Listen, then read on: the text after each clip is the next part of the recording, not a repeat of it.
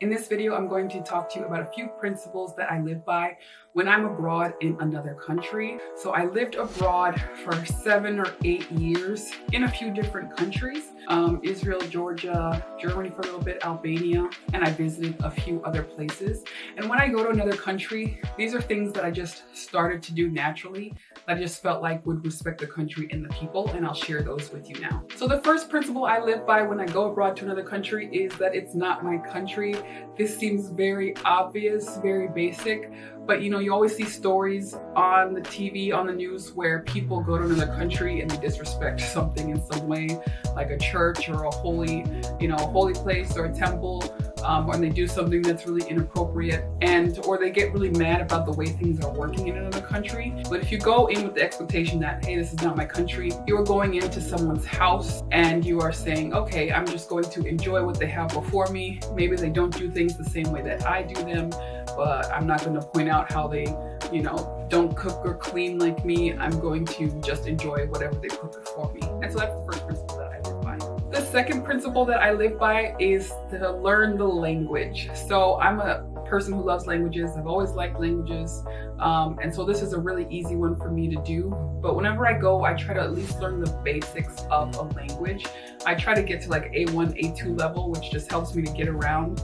But hi, how are you in any language is like a huge gateway for people. You think, you sound ridiculous, but when people hear that you tried to learn their language, they are so happy. I can't tell you how many times when people thought, when I spoke hello, how are you to someone in their language, they were so excited to hear it. And it just opened up like some doors just from learning the basics. Like, oh, they feel honored that you come and learn their language. And for me as an American, I felt like so many people were like, oh my gosh, like an American is learning my language, of a small country.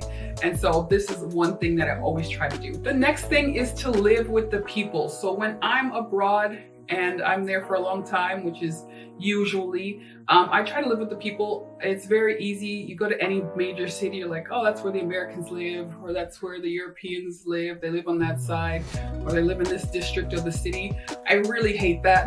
I never wanted to do that. I'm like, one, I don't want to separate myself from the people.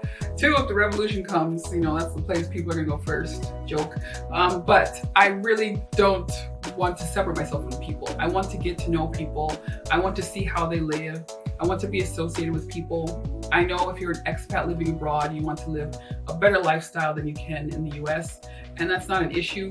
I just don't like separating myself into a certain section of the city away from the people. It makes it seem like you're higher or better from them in their own country. And that's why I avoid it.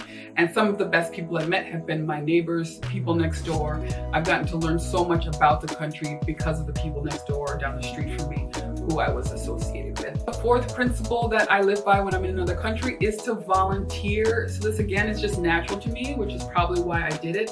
But I really like to go to another country and help in some way. It's very easy to point out, oh, they don't do things this way, they don't do things that way. But where can you offer value? Where can you use your skills to help people? And when people hear that you come and help their country, again, they just light up with like, oh wow, you're serving us, or you're helping us, or you're involved in this. People really see that and they really feel like you respect their country. And you also get to know so many people and get involved and get to learn about so many difficulties that others face. It's just, I think, human.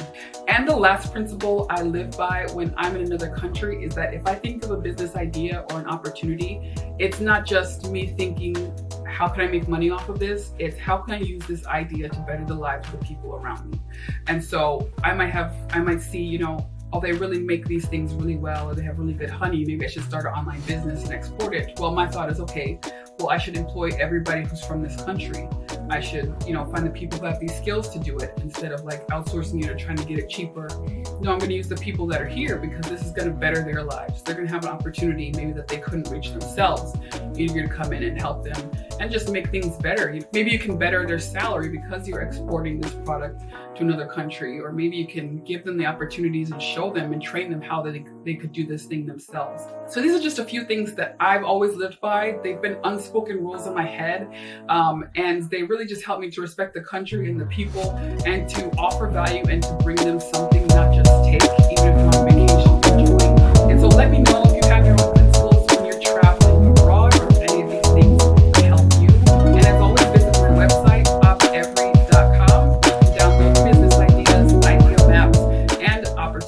everywhere. Thanks.